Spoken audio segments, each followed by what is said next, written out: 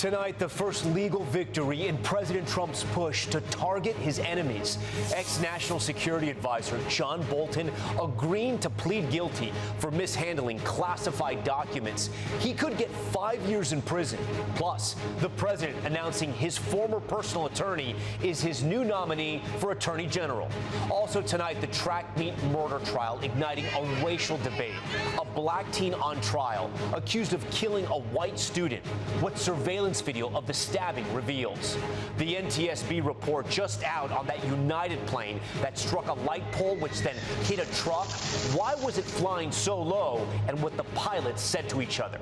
Highway explosion, a bomb squad descending on an expressway outside of Chicago, a car with windows blown out. So what happened?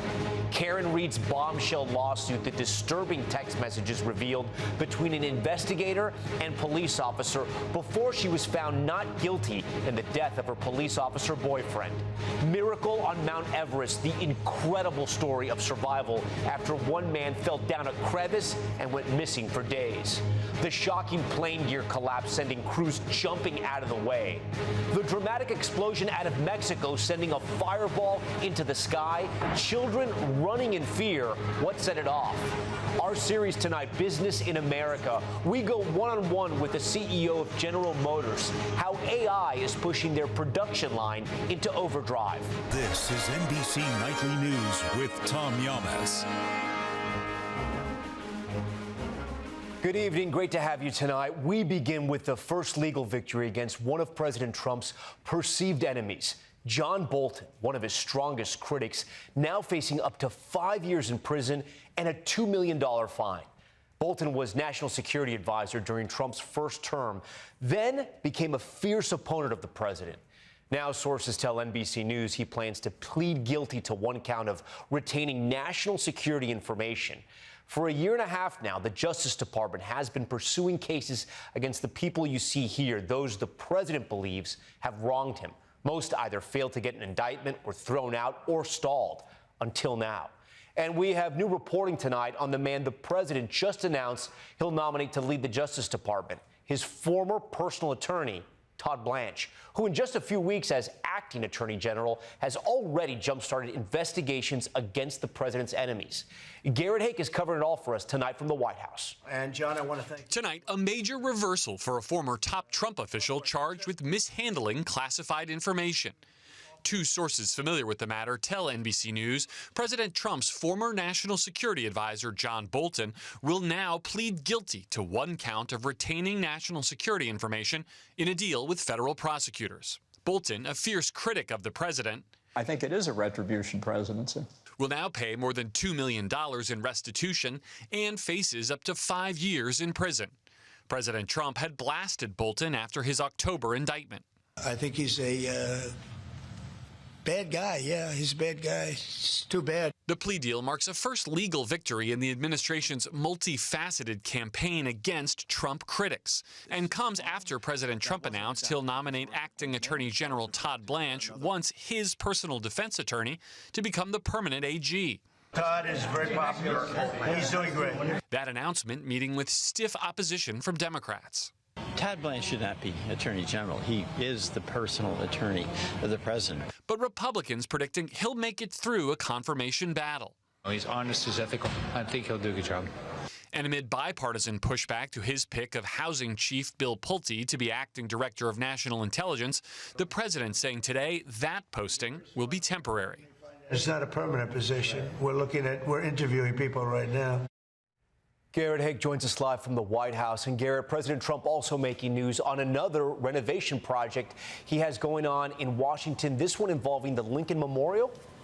Yeah, Tom, the president says he next plans to build a pedestrian bridge, which he calls a promenade, that would allow people to walk from the Lincoln Memorial down to the Potomac River. It would cross over those roads you see there behind the memorial, a major construction project in the heart of D.C., and it comes on the day the president's been touting the completion of a plan to rebuild, reseal, and repaint the reflecting pool on the memorial's other side. Tom? Several projects happening now. All right, Garrett, we thank you for that. Now to the explosive, racially charged case rocking a Texas community. A teenager on trial for murder after stabbing another teen at a high school track meet. Ryan Chandler is there. Tonight, tensions boiling over outside the courthouse as a teen's murder trial begins in North Texas. The racially charged trial drawing crowds outside. 19-year-old Carmelo Anthony pleading not guilty to murder after fatally stabbing 17-year-old Austin Metcalf in the chest at a high school track meet last year. Prosecutors calling Anthony's actions unjustified, provoked murder, alleging he goaded Metcalf into pushing him, then killed him. The defense argues Anthony acted in self-defense when Metcalf made physical contact first. In the courtroom today, jurors shown surveillance video of the stabbing. Metcalf's mother wiping her eyes as jurors watched. Reporter Maria Guerrero from our NBC Dallas station in the courtroom. You can see someone pushing someone. Then you see the figure that is identified as Carmelo Anthony moving up into the bleachers, farther up, before running down, and you can see him running away, then walking away before he is apprehended. The prosecution says the case has nothing to do with race. But the trial now sparking backlash. The pool of 12 jurors and 6 alternates is made up of 5 women of color and 13 white men and women. There are no black jurors. Some say it raises concerns for fairness. We are tired. And we're saying enough is enough. Not one black. The trial expected to run 2 weeks. Ryan Chandler joins us now. Ryan, take us inside that courtroom. Metcalf's coach took the stand today? Well, Tom, that's right. We heard from Coach Robert Starr, his emotional testimony recounting the moment he found Austin Metcalf dying in his team tent. Metcalf's family weeping as they listened in. He's just one of the many, many witnesses the jury will lean on to paint a picture of what exactly happened that day. Tom. Okay, Ryan, we thank you for that. Tonight, for the first time, we are learning what the pilots said to each other last month when that United plane collided with a light pole on the New Jersey Turnpike, smashing into a bakery truck. Tom Costello with the NTSB report that's just been released. New NTSB photos show the deep gashes to the belly and tire of a United Airlines plane after hitting a light pole on the Jersey Turnpike while landing at Newark Airport last month. Dash cam and surveillance video captured the moment the pole crashed through the windshield of a tractor trailer. The driver suffered minor injuries. Now, a new NTSB report says as the plane was coming in for a landing in gusty winds, the first officer warned the veteran captain, hey, you are slow. Then moments later, you're still slow and a little low. The captain told investigators he looked outside and I thought we were low, but the warning came seconds before landing. That's when he heard a thump. Flight attendants reported a loud bang as the Boeing 767 crashed into a 15-foot pole. They should not have been that low, no question about it. On this graph, this line shows what the plane's descent slope should have been, while this red line shows its actual descent. Pilots on approach look to a runway's landing or PAPI lights like these. 2 white and 1 or 2 red mean they're lined up properly.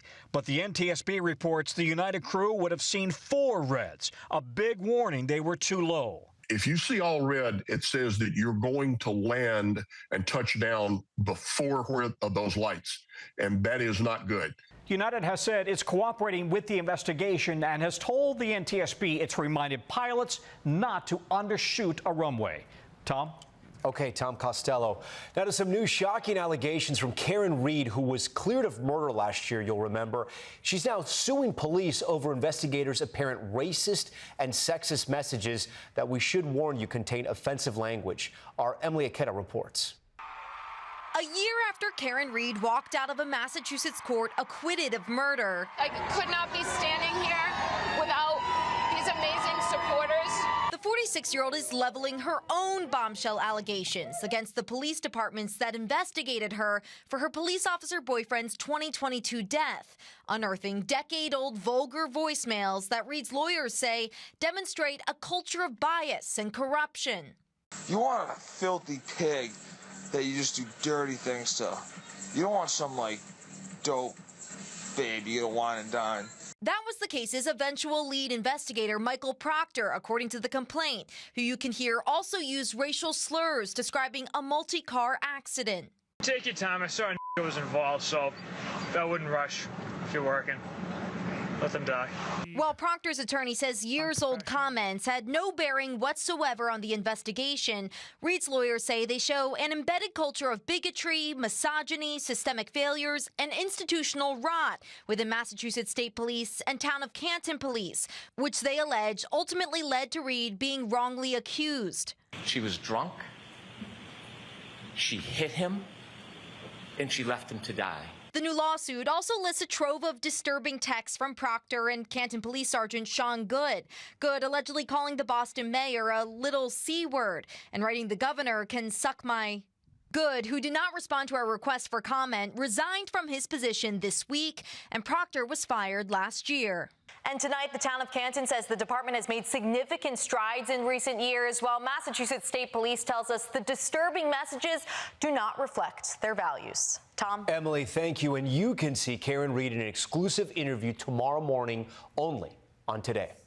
We want to share with you now an incredible story of survival on Mount Everest. A Sherpa missing for nearly a week is rescued while crawling to a base camp. And tonight he's speaking out about how he survived. Here's Janice Mackey-Frayer. Tonight, a miracle on Mount Everest. A Sherpa guide found crawling back to base camp 6 days after he went missing. Dawa Sherpa seen here moments after he was found. I fell from a ladder into a crevasse, he says. For 2 days and nights, I survived on ice. The 52-year-old seasoned guide was last seen around 23,600 feet, the so-called death zone, where conditions are harsh and oxygen too thin to sustain human survival. Search and rescue teams scoured the mountain for days before he appeared around the Khumbu icefall, frostbitten but alive, and swiftly airlifted from the mountain. At the hospital, his wife and daughter were overwhelmed. We asked for photos, and only then were we sure, she said. They had already started his funeral ritual, convinced he was gone. This climbing season, a busy one on the world's highest peak after a massive chunk of ice blocked the route to the top. A record 274 people summiting Mount Everest in a single day last month, causing concerns about garbage and over-tourism. But this is also one for the history books, a remarkable story of survival. Janice Mackey-Frayer, NBC News, Beijing.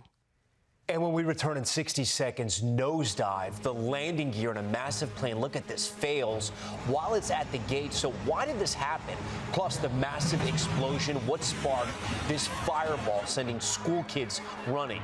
And tonight, our one-on-one with the CEO of the biggest car maker in America, what she says about the road ahead with AI, gas prices, and more. In our series, Business in America, we're talking to CEOs of the biggest and best-known companies in the country. Tonight, Mary Barra, CEO of General Motors, sits down with our Christine Romans, getting into everything from high gas prices to competition with China to how AI is revolutionizing the very way cars get made. In the world's largest automotive wind tunnel, decades of aerodynamic vehicle testing is shifting into the future. General Motors CEO Mary Barra says artificial intelligence is moving car design into the fast lane. Just a click, making small tweaks to the roof here with instant results. We have an AI tool that allows us to do and estimate what the aero is going to be on a concept, really dial it in. And then when we get the design, then we take it into the actual wind tunnel and do the final work. Barra is a 46-year veteran of GM. At 18, she started as a quality inspector. She rose to chair and CEO, a position she's held for 12 years. She's the only woman to lead a major global car company. To dream, to design, to style for you. Celebrating its 70th anniversary, GM's Design Center sits just outside Detroit. This is where we literally design what the vehicle is going to look like inside and outside. Here, old school clay modeling side by side with modern machines, and sketches from automotive artists transformed using AI prompts for a realistic rendering of a new Corvette, even envisioning it on the road. This is something that used to take weeks and now is being done in minutes. And what that helps from weeks to minutes. Weeks to minutes. It allows us to explore more concept, more ideas to make sure we get the right one. Is AI going to allow you to make cars with fewer people, do you think? I think it's how we give the tools to the people to be able to do better work. And to me, it's how do we do more with the people that we have because we're using AI tools. She says higher gas prices aren't denting demand. The GM is squarely focused on affordability with 6 models starting at $30,000 or less, including its all-electric Bolt, a price on par with Chinese EVs from manufacturers like BYD. Tom recently test drove one of those cars while reporting in China. If you could buy this car in America, how much would it cost?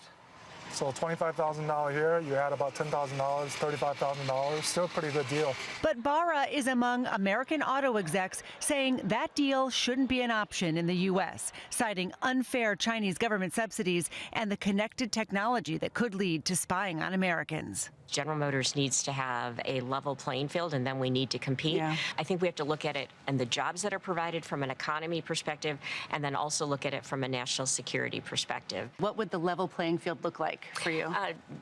Equivalent tariffs and not being subsidized. In an industry changing faster than ever, Barra says GM is poised to win. I'm confident that we can compete, and we're working every day to continue to make our business more efficient so we can give the customer more. After more than 4 decades with GM, Barra still excited for the road ahead. Christine Romans, NBC News, Warren, Michigan. And you can watch the extended sit-down interview with an NBC News subscription on the NBC News app. When we return here at Nightly News, what triggered this explosion and the fireball that followed in Mexico? And big problems for the big screen? Did fan fervor to see the Odyssey crash movie ticketing websites? That's next. Welcome back. A scary moment at a German airport. Look at this. Lufthansa plane parked at the jet bridge when all of a sudden the nose gear retracts and the front of the plane crashes down. You see a member of the ground crew there jump out of the way just in time. According to local media, several staff were injured, but passengers hadn't boarded yet. The plane is massive. A 787 Dreamliner can weigh nearly 280 tons at takeoff. Tonight, the bomb squad is investigating a blown-out SUV on a busy Chicago highway, snarling traffic for hours. Police and ATF agents quickly arrived on the scene looking for any evidence you can see. Officers cautiously approaching the vehicle. Law enforcement sources tell NBC Chicago the SUV was being tracked by federal drug agents, but there is no evidence this was a targeted attack. In Mexico, a massive fire filling the sky. First one explosion and then a tower of flames follows. Local police say 4 gas tanks combusted, forcing thousands to evacuate. Local kids can be seen hurrying away with the flames in the background. Look at that. No word yet on what caused it. And so many people tried to score tickets to Christopher Nolan's new film, The Odyssey, from NBC's sister company Universal, that it appeared to crash the AMC app today. The movie doesn't hit theaters for another 6 weeks, but it's already causing a frenzy. Today, people saying they encountered technical glitches when trying to buy the tickets. We reached out to AMC for comment, but did not immediately hear back. Right now, though, the app seems to be up and running. That's Nightly News for this Thursday. I'm Tom Llamas. Thanks so much for watching. Tonight and always, we're here for you. Good night.